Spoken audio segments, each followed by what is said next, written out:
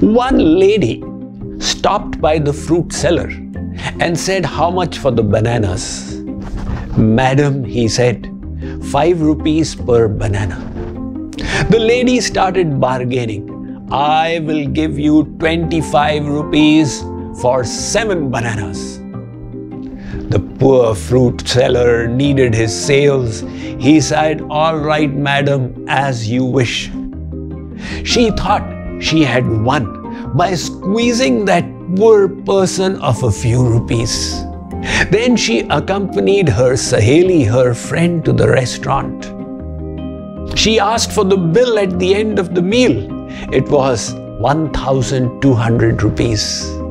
She gave 100 rupee tip and deposited there 1,300 rupees, again thinking she had done a great act of generosity. Why is it that we squeeze the poor so much?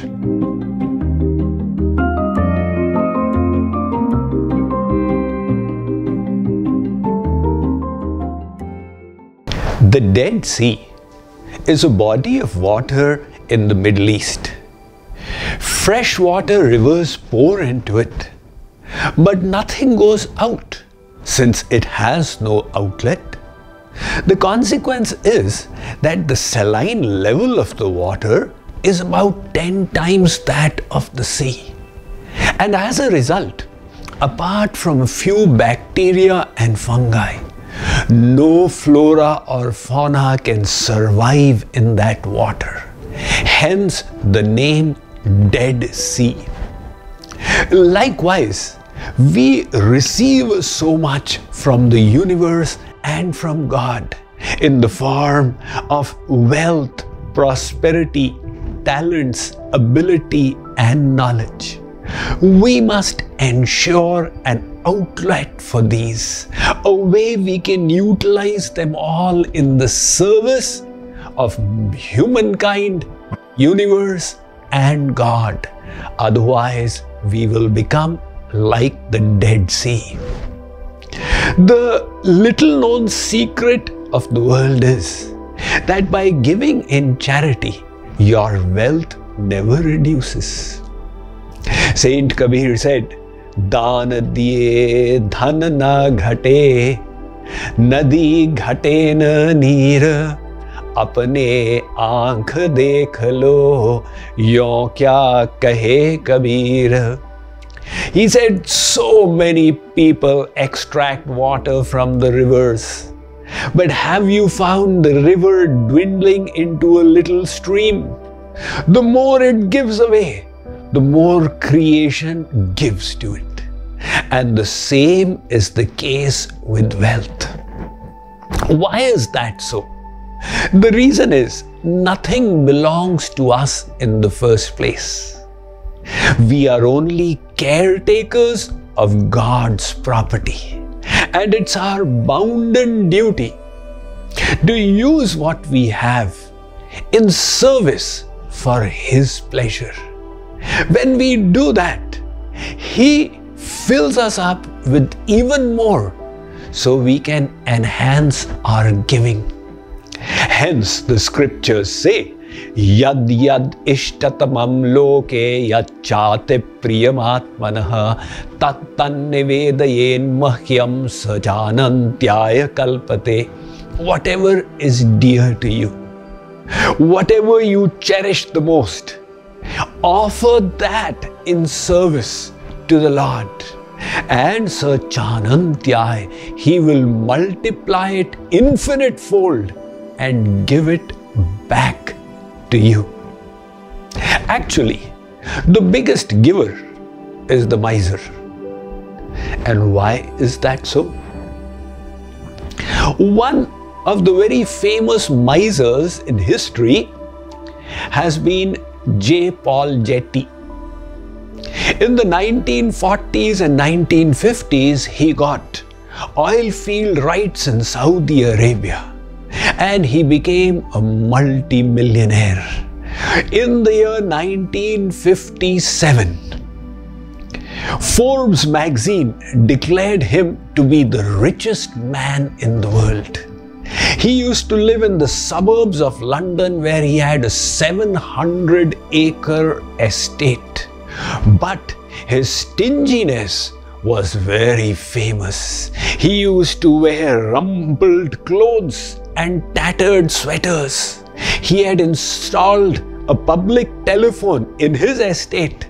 So if any guest wished to use the phone, he would not have to pay the bill for it.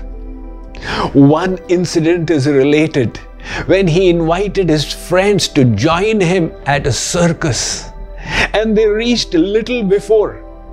So J. Paul Getty asked them, let's go for a stroll. And they continued strolling until the show began at 5. And that is when he purchased the tickets and took them in. Later on, they realized the delay was because he had read a sign. After 5 p.m., the rate's half. To save that little bit, he had arranged for the delay. But ultimately, at the end of his life, he left everything behind. Why? Because there is no way we can take anything with us. When anyone dies, what do people ask? Nagar Seth, kitna apne saath le gaye? How much did this billionaire take with him? Of course not. They all say, how much did he leave behind? And the answer is, he left everything. So that is why, let us not delay in the act of giving. Somebody said, when God sends prosperity your way, rather than enhancing your standard of living, increase your level of giving. Let's read about this from the Art and Science of Happiness. There are 3 stages in human life. 1. Learn. Acquire education and skills. 2. Earn. Use your talent to generate wealth. And 3. Return. Give back to the world. Most people focus on the first 2, but miss out on the third. However, if we do not give back, our wealth will remain impure. Nature will then force us to spend on medical bills and doctors' fees. Therefore, to purify our wealth, we must open our hearts to charity. Compare wealth to cow dung. Both possess the potential to nurture. Cow dung is excellent manure, rich in nutrients for plants. When spread out on the earth, it improves the soil and nourishes vegetation. But if piled in one place, it breeds pathogens and stinks. The nature of wealth is much the same. When hoarded in one place, it increases pride and breeds vices. But when distributed, it bestows prosperity and well-being. Here, I would like to add the concept of charity with dignity. One lady stopped by the fruit seller and said, "How much for the bananas?" "Madam," he said, 5 rupees per banana. The lady started bargaining. "I will give you 25 rupees for 7 bananas. The poor fruit seller needed his sales. He said, "All right, madam, as you wish." She thought she had won by squeezing that poor person of a few rupees. Then she accompanied her Saheli, her friend, to the restaurant. She asked for the bill at the end of the meal. It was 1,200 rupees. She gave 100 rupee tip and deposited there 1,300 rupees, again thinking she had done a great act of generosity. Why is it that we squeeze the poor so much? One person used to instruct his son that, look, these poor people, for them every rupee is important. Do not bargain too much with them.